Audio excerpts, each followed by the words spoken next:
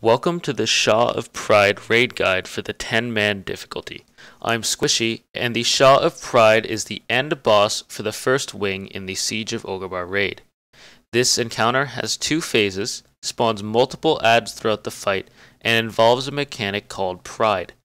We recommend bringing 2 tanks, 2 healers, and a DPS composition that contains at least 1 ranged silence or grip. The main mechanic of the fight is Pride, and the current level of your Pride is shown by the extra bar in the center of your screen. Pride can be gained in many different ways, and understanding Pride is the key to defeating the encounter. At 100 energy, Sha will cast an ability called Swelling Pride, dealing a large amount of damage to all players and giving them 5 Pride. If you have a Disc Priest, using Spirit Shell before Swelling Pride is cast will negate most of the damage. Additional effects will trigger when Swelling Pride hits players at or above 25 Pride. Between 25 and 49, players will drop a Void Zone at their feet, which will explode after a couple seconds, dealing damage and granting any player hit 5 Pride. Between 50 and 74 Pride, players will spawn a Void Zone about 15 yards away from their current position. If the player who spawned it does not enter the zone before it explodes, it deals damage and grants 5 Pride to the entire raid. Between 75 and 99 Pride, players will have a 25-second debuff that will AoE around themselves for damage and 5 Pride every second.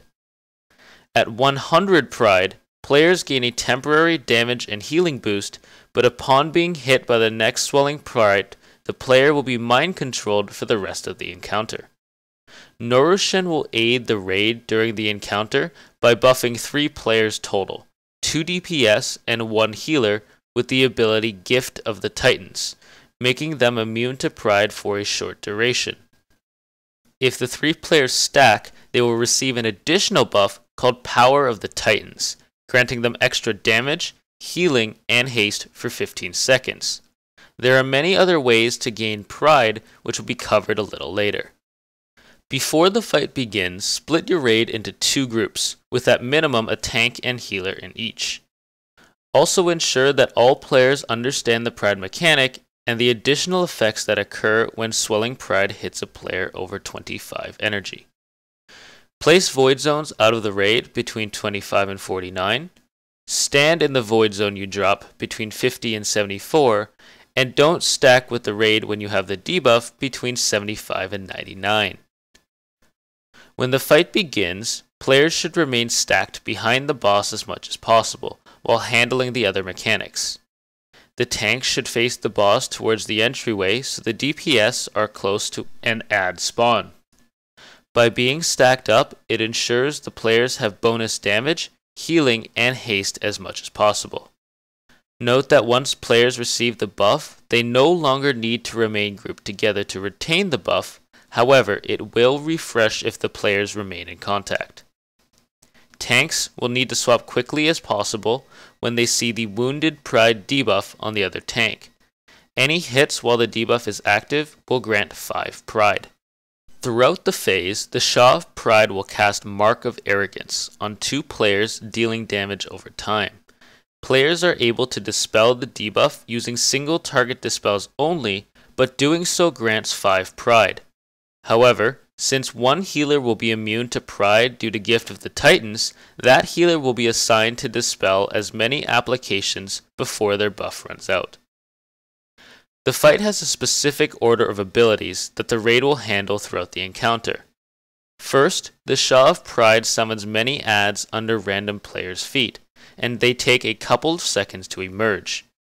If a player is still standing within 2 yards of the spawn location, it will deal damage and grant 5 Pride.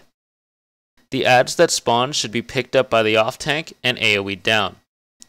Since the group is stacked up, most adds should spawn in the same location. Thus, simply sidestep the spawn to avoid getting hit. Next up is Corrupted Prisons.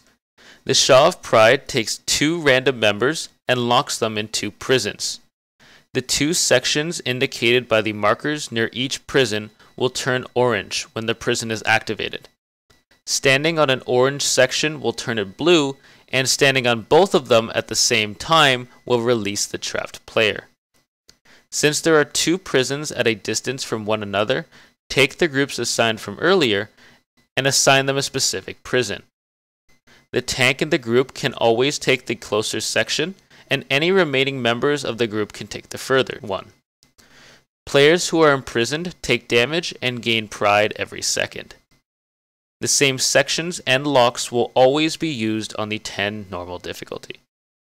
In addition, any player standing on the lock before a player is trapped will be knocked back and gain pride.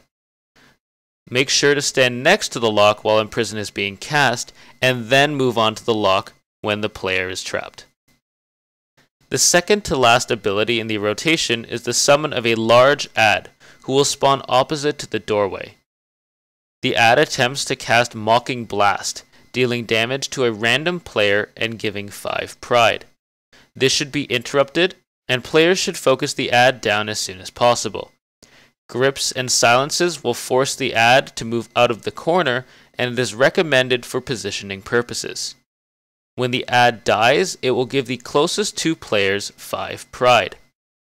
Try to have 2 of the 3 players with Gift of the Titans the closest to the ad when it dies to avoid extra pride on the raid. The rotation ends with Swelling Pride, which occurs at 100 energy.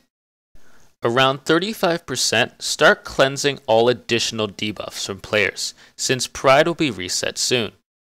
At 30%, Norishan sacrifices himself to cleanse all pride from players, and Sha will begin to pulse every 10 seconds, dealing damage and granting 5 pride.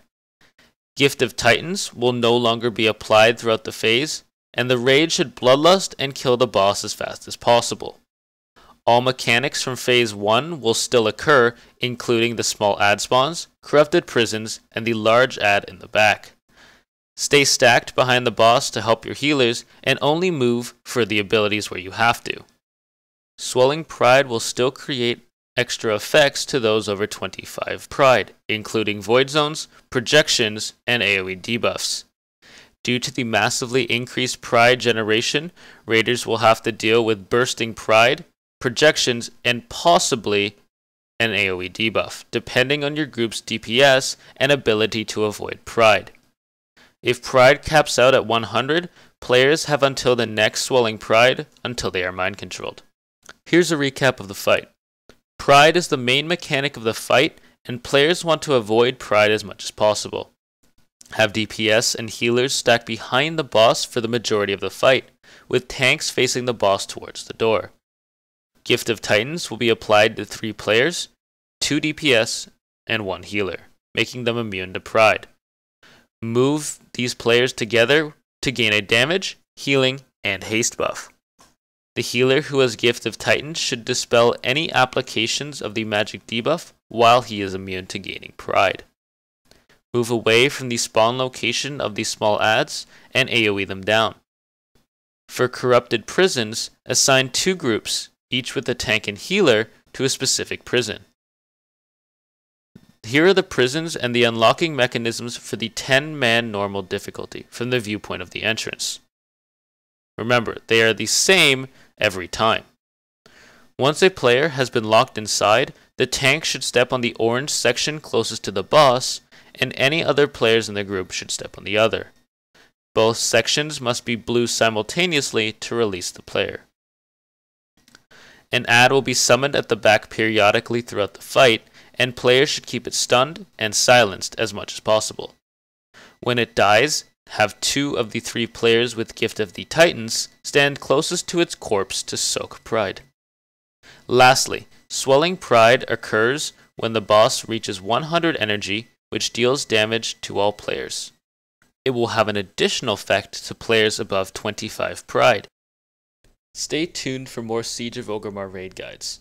As always, you can follow me on Twitter and subscribe to my YouTube channel. Thanks for watching.